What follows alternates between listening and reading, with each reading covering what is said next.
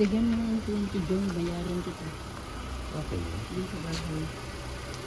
Kasi alis na. Ang bendisyon na rin natin.